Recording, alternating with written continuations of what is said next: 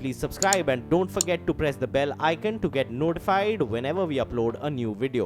UP के कन्नौज में कुछ लोग क्रेन की मदद से नहर में डूबी एक कार को बाहर निकालते नजर आए। ये कार औरैया से बारातियों को लेकर कन्नौज पहुंची थी, लेकिन दुल्हन के घर पहुंचने से पहले ही कार हादसे का शिकार हो गई और गंग नहर में डूब गई, जिसे निकालने के लिए पुलिस और इलाके के लोगों ने घंटों तक कड़ी मशक्कत की। बाद में क्रेन की मदद से कार को बाहर निकाला गया। ये कार बारात लेकर कन्नौज के मचुआपुर गांव जा रही थी, जिसमें दूल्हा और उसके पिता समेत कई बाराती सवार थे। कन्नौज पहुंचने पर ड्राइवर गाड़ी खड़ी करके नीचे उतर गया, लेकिन गाड़ी अचानक से गंग नहर में जाकर डूब गई। इस हादसे में कार में सवार दूल्हे और उसके पिता की मौत हो गई। हालांकि कार में बैठे दूसरे बाराती कार से निकल गए। सबके सहयोग से इस गाड़ी को निकाला गया, जिसमें 2 व्यक्ति थे, दोनों एक्सपायर हो चुके हैं। उनको मेडिकल कॉलेज भेज दिया गया। इस हादसे की खबर लगते ही वहां लोगों की भीड़ जमा हो गई, जिस पर काबू पाने में पुलिस को काफी मशक्कत करनी पड़ी। सवाल ये कि खड़ी कार नहर में डूबी कैसे? इस हादसे में लापरवाही की जांच करके दोषियों के खिलाफ कड़ी कार्रवाई होनी चाहिए, ताकि फिर से ऐसे हादसे ना हो सकें।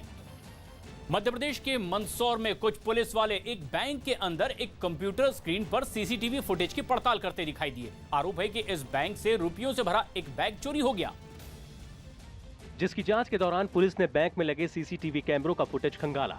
सीसीटीवी फुटेज में साफ दिखा कि एक बैंक कर्मी कुर्सी से उठकर अंदर की ओर गया, जिसके बाद एक लड़का बैंक में दाखिल हुआ और सीधे खाली पड़ी कुर्सी के पास पहुंचा। फिर उसने वहां रखे काले रंग के बैग को उठाया और फरार हो गया। हालांकि इस दौरान सामने की ओर एक व्यक्ति कुर्सी पर बैठा दिखाई दिया, लेकिन उसे चोरी की भनक तक नहीं लगी। पुलिस के मुताबिक इसी बैंक का एक कर्मचारी 1,91,000 रुपए बैंक में जमा करवाने के लिए लाया था और लंच के दौरान जब वो हाथ धोने के लिए बाथरूम गया तो एक बदमाश ने बड़ी सफाई से पैसों से भरा उसका बैग चुरा लिया। उसके पास भूल गया अचानक और बाथरूम करने चला गया। फिलहाल पुलिस ने मामला दर्ज कर सीसीटीवी फुटेज के आधार पर आरोपी की तलाश शुरू कर दी है।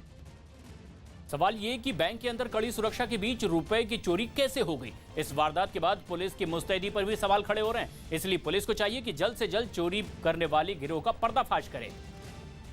दिल्ली के मेट्रो सभी स्टेशन पर टिकट काउंटर पर ही जल्द अब ये बंद कर दिए जाएंगे। डीएमआरसी यानी कि दिल्ली मेट्रो रेल कॉर्पोरेशन ने यह फैसला मेट्रो स्टेशन पर टिकट के लिए बढ़ती भीड़ को देखते हुए किया है, जिसके तहत सभी मेट्रो स्टेशन पर अब टीवीएम यानी कि टोकन वेंडिंग मशीन लगाने की योजना बनाई गई है। ऐसा इसलिए किया जा रहा है ताकि मेट्रो स्टेशन को काउंटरलेस बनाया जा सके। खबर है कि टोकन काउंटर की सुविधा सिर्फ उन्हीं स्टेशनों पर होगी जहां रेलवे स्टेशन और बस अड्डे भी मेट्रो से जुड़े हुए हैं। डीएमआरसी के मुताबिक अब तक 118 मेट्रो स्टेशन पर टोकन काउंटर हटा करके 519 टोकन वेंडिंग मशीनें लगाई जा चुकी हैं। साथ ही साथ दावा किया गया है कि आने वाले वक्त में जितने नए मेट्रो स्टेशन बनेंगे वे सभी काउंटरलेस होंगे, यानी कि ताकि यात्रियों को आधुनिक तकनीक से जोड़ा जा सके। उत्तराखंड के हल्द्वानी में इंजीनियरिंग की पढ़ाई कर रही एक लड़की के अपहरण के आरोप में एक महिला कांग्रेस नेता को पुलिस ने गिरफ्तार करके जेल भेज दिया है। आरोप है कि कांग्रेस की ये महिला नेता महक खान ने अपने बेटे की शादी उस लड़के से करवाने के लिए उसका अपहरण करवाया था। दावा है कि लड़की 18 अप्रैल से लापता है, जिसकी शिकायत के आधार पर पुलिस ने आरोपी को गिरफ्तार किया। हालांकि लड़की का अब तक के पता नहीं चल पाया है।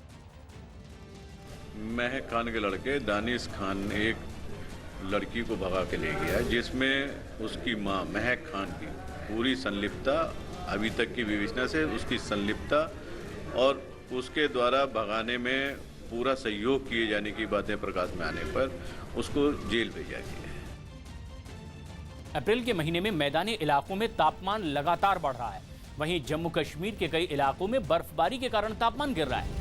वहीं पुंछ और राजौरी समेत कई इलाकों में भारी बर्फबारी के बाद रास्ते बंद कर दिए गए हैं। बर्फबारी की वजह से इलाके में तापमान में काफी गिरावट देखी गई है। जानकारों का मानना है कि इस बर्फबारी का असर मैदानों में तापमान पर भी पड़ सकता है।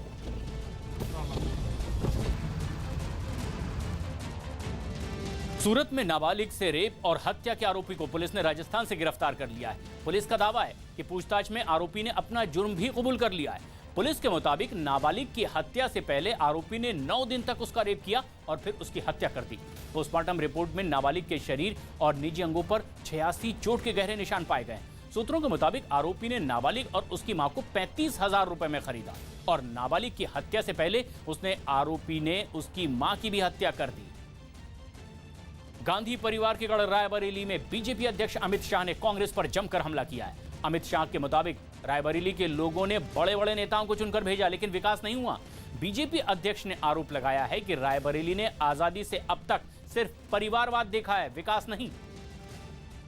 रायबरेली ने आजादी से अब तक परिवारवाद देखा है, विकास नहीं देखा। मैं आज आपको आश्वस्त करने आया हूं, रायबरेली को परिवारवाद से भारतीय जनता पार्टी मुक्त कर विकासवाद के रास्ते पर ले जाने के लिए आज से अभियान शुरू करने वाला हूं।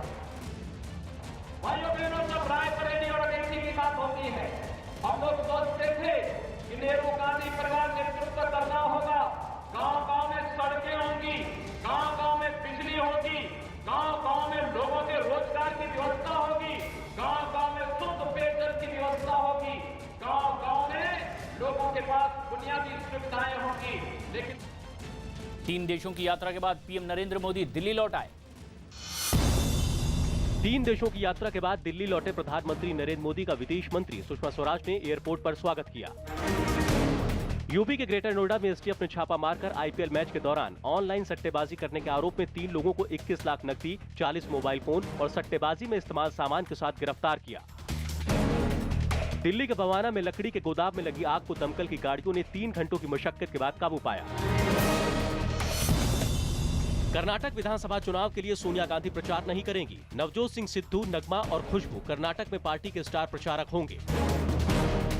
आंध्र प्रदेश के स्पीकर के शिव प्रसाद राव राज्य को विशेष दर्जा देने की मांग को लेकर चल रहे प्रदर्शन के दौरान साइकिल से गिरकर घायल हो गए, जिसके बाद उन्हें अस्पताल में भर्ती कराया गया। केंद्रीय गृह मंत्री राजनाथ सिंह रविवार को छपरा में बने आईटीबीपी के नए कैंप का उद्घाटन करेंगे। पुणे में खेले गए आईपीएल के 17वें मैच में चेन्नई सुपर किंग्स ने शेन वॉटसन के शानदार शतक की बदौलत राजस्थान रॉयल्स को 64 रन से हरा दिया। आईपीएल में किंग्स 11 पंजाब के खिलाफ सनराइजर्स हैदराबाद के ओपनर शिखर धवन के घायल होने के बाद उनका अगला मैच खेलने को लेकर सस्पेंस बना हुआ है। कोलकाता के ईडन गार्डन में कोलकाता नाइट राइडर्स और किंग्स 11 पंजाब के बीच मैच खेला जाएगा। कठुआ और उन्नाव रेप की घटनाओं के विरोध में भूख हड़ताल पर बैठी दिल्ली महिला आयोग की अध्यक्ष स्वाति मालीवाल का अनशन 9वें दिन भी जारी रहा। दिल्ली में बिजली कंपनी के बगैर बताए बिजली काटने पर हर्जाना देने की सरकार की योजना को उपराज्यपाल ने भी मंजूरी दे दी। हिमाचल प्रदेश के शिमला में ताजा बर्फबारी और बारिश की वजह से तापमान में गिरावट दर्ज की गई। उत्तर प्रदेश के उन्नाव पहुंचे बीजेपी सांसद साक्षी महाराज प्रदेश में बढ़ रहे जुर्म को लेकर के योगी सरकार का बचाव करते दिखाई दिए। हालांकि उन्नाव रेप मामले में आरोपी बीजेपी विधायक कुलदीप सिंह सेंगर का नाम आने पर साक्षी महाराज ने साफ किया कि इस घटना से पार्टी की छवि खराब हुई है और साल 2019 के लोकसभा चुनाव में पार्टी को इसका नुकसान भी हो सकता है। मुझे इस बात का कष्ट है कि अब तक तो उन्नाव साक्षी महाराज के नाम से जाना जाता था, पहले और महापुरुषों के नाम से जाना जाता रहा होगा, लेकिन अब उन्नाव में एक रेप हो गया तो वही उन्नाव। नुकसान तो हुआ है, कितना हुआ है इसका आंकलन पार्टी करेगी। उत्तर प्रदेश के बस्ती में सदर तहसील परिसर में कई साल पुराने एक पेड़ से धुआं निकलता नजर आया, जिसके बाद बड़ी संख्या में आसपास के लोग इसे देखने के लिए पहुंच गए। जबकि प्रशासन के लोग पेड़ पर बने चबूतरे को मशीन से खोदकर वहां से निकाल रहे धुएं को रोकने की कोशिश में जुट गए। धुआं निकलते मैं देखा, उसके बाद फिर लोगों को बताया, फिर एक बोतल पानी रखा था उन्हीं का जो यहाँ बैठते हैं, फिर वो बोतल पूरा पानी में उसमें डाल दिया। पेड़ के अंदर से निकलता धुआं बंद नहीं होने के बाद वहाँ मौजूद लोगों में हड़कंप मच गया, जिसके बाद दमकल की गाड़ियों को बुलाया गया और पाइप के जरिए पेड़ के अंदर पानी डाला गया। लेकिन दमकल की 3 गाड़ियों की कोशिश के बावजूद भी पेड़ के अंदर से धुआं निकलना बंद नहीं हुआ। सवाल ये कि कई साल पुराने कई पेड़ के अंदर से निकल रहे धुएं का राज आखिर क्या है। प्रशासन को मामले की गंभीरता से लेते हुए इसे धुआं निकालने के कारणों का पता चलना चाहिए ताकि कोई अनहोनी आगे ना हो सके। मुंबई में ईस्टर्न एक्सप्रेस हाईवे पर एक ट्रक टूटी फूटी हालत में सड़क के किनारे खड़ा नजर आया। बताया जा रहा है कि तेज रफ्तार से आ रहे ट्रक सामने से आ रहे दूसरे ट्रक से टकरा गया, जिसके बाद एक ट्रक सड़क की दूसरी ओर जाकर पलट गया, जबकि इस ट्रक में आग लग गई। दोनों ही ट्रक बुरी तरह से टूट फूट गए और इनमें बैठे 3 लोग गंभीर रूप से घायल हो गए, जिनको अस्पताल में भर्ती कराया गया।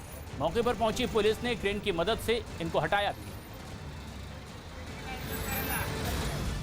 मध्य प्रदेश के सागर में बीजेपी सांसद लक्ष्मी नारायण यादव पानी की किल्लत के सवाल पर मीडिया पर भड़क गए। एक कार्यक्रम के दौरान जब सांसद साक्षी नारायण यादव से पानी की टंकी का निर्माण न होने पर सवाल पूछा गया तो वो नाराज हो गए और कह दिया कि क्या लोगों को गिलास में भरकर पानी देंगे? टंकी बनवा देंगे, पानी आज व्यवस्था कर देंगे, और क्या प्रयास होते साहब? नहीं प्रयास तो नहीं कि हम जाके लोगों को गिलास में भर के पिला दें।